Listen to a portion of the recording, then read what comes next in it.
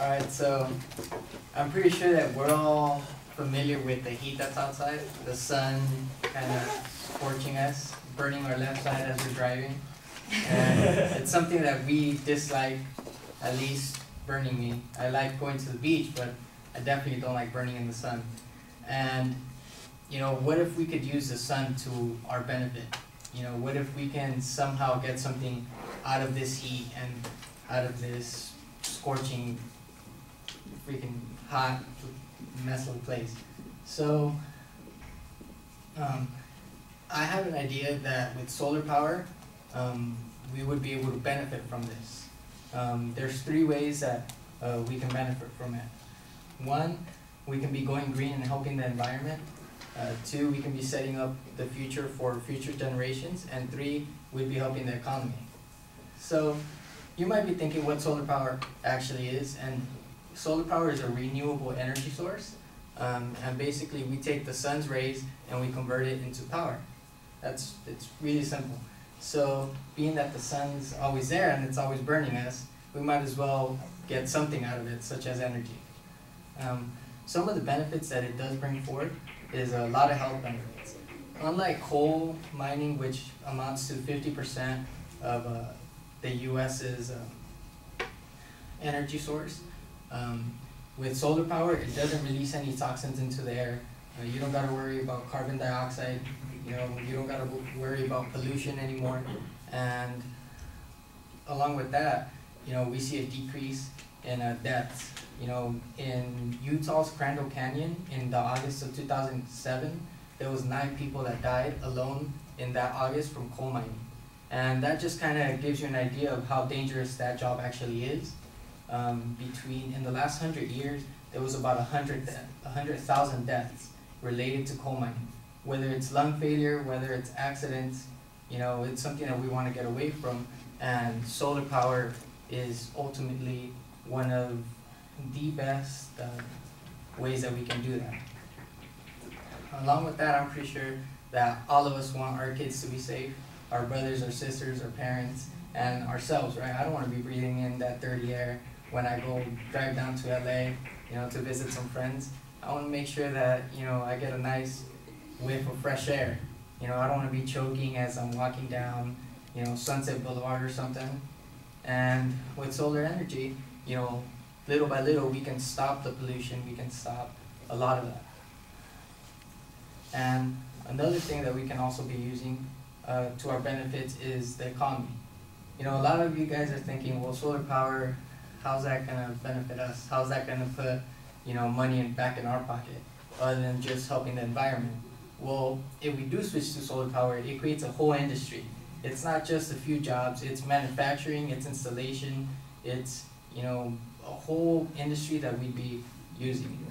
And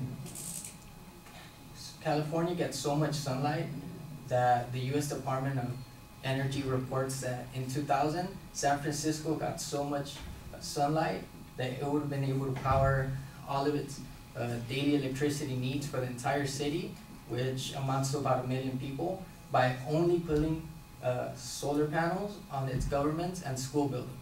So that means, if you strategically place a few solar panels on top of buildings throughout the city, you can be giving power to about 1 million people.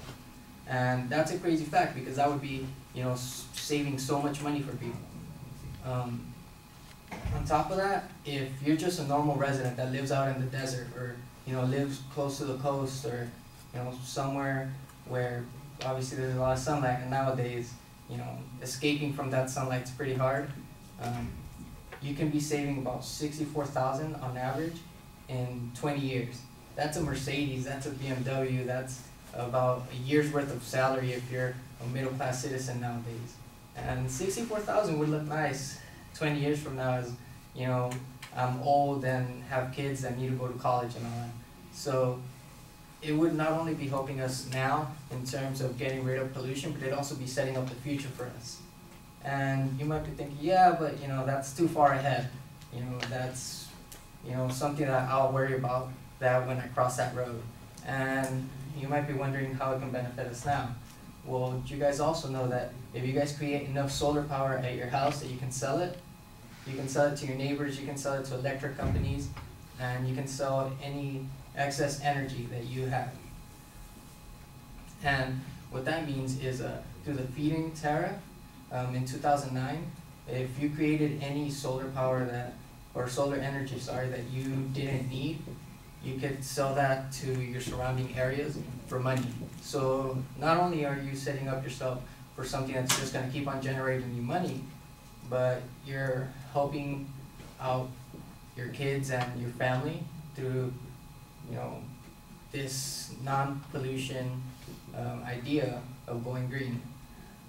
And in 2009, there was also 10,000 households that went off the grid by not using any electricity from the electric companies.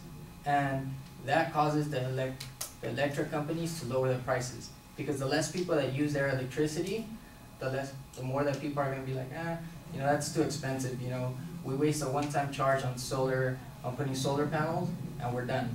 There's no need to be paying a monthly bill or any fees for anything that you're going to be using. Instead, you set up your solar panels and you're set for a few years. All you got to worry is about maintaining them, and you'll be all right. And in conclusion, I just want to remind you guys that, aside from just helping us, you can be helping everybody around us, from your classmates, your kids, your parents, into making this world a better place, whether it's by, setting up solar panels or just contributing to one of the Go Green factors.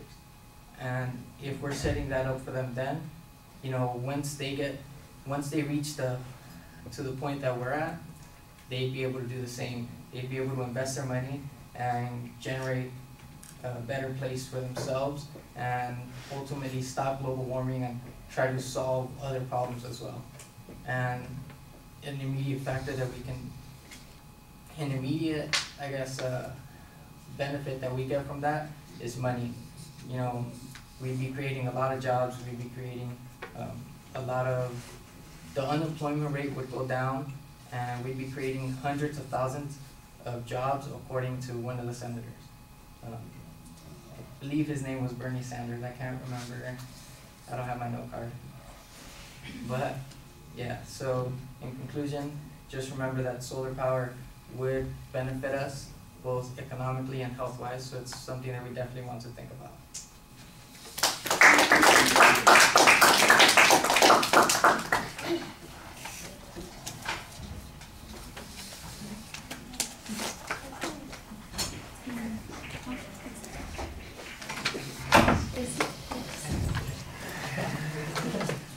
All right, Lindsay, tell us what you thought.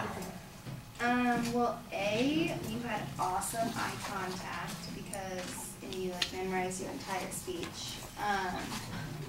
You did have note cards, and you had good hand gestures and facial expressions. You seemed very relaxed. I didn't hear, but I think one site sortation or whatever, so I don't know where you got your information from, but it sounded like you knew what you were talking about, so that was good. I don't know, I thought that you had really good points, and you had good structure.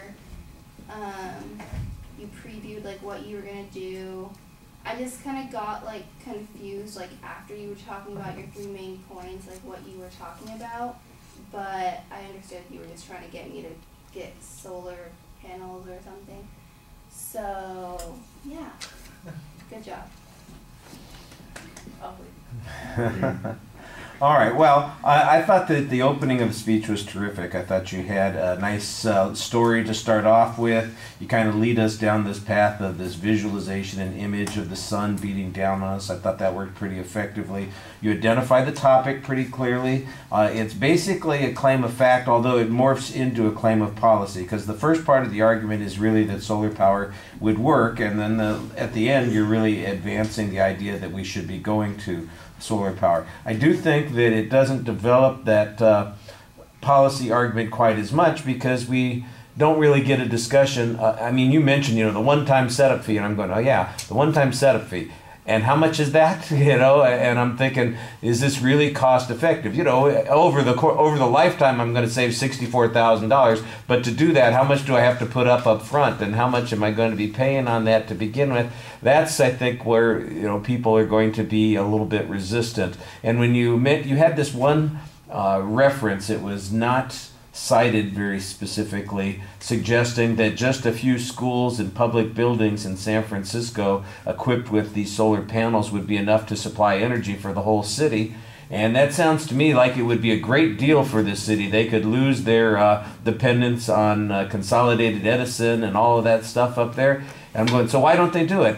And I've got to guess that the reason they don't do it is that it is expensive to do, and it becomes problematic. So the source of the controversy here is really about the economics of solar energy, and I think that you kind of skirt around that issue and talk mostly about the promise of solar energy. I don't think anybody disputes the promise that it's going to be something, when it works and if it works, that it'll be less polluting, and it'll be safer for everybody to utilize. The only question is, can we get it to work enough so that it's going to have those kinds of impacts, and how much are we going to have to spend to do that? It's not practical, I think, on a lot of issues. It's, you know, we're going to be dependent for a while on some of these transitional types of energy. I'd agree with Lindsay about the presentation. You do a very nice job. You're talking to us the whole time, even though you occasionally look like you're struggling to come up with the source citation. And I can tell at the end, I mean, you basically said, I can't even remember the name of the senator who says it. Bernie Sanders said, oh, you got that. There are several places in the speech where it appears that you have the same kind of issue. You've got information but can't remember. And you've got some particulars in the speech that you do a good job on. So there's a lot of the speech that works pretty well. Those spots that's maybe a little bit rough. All right. Thank you.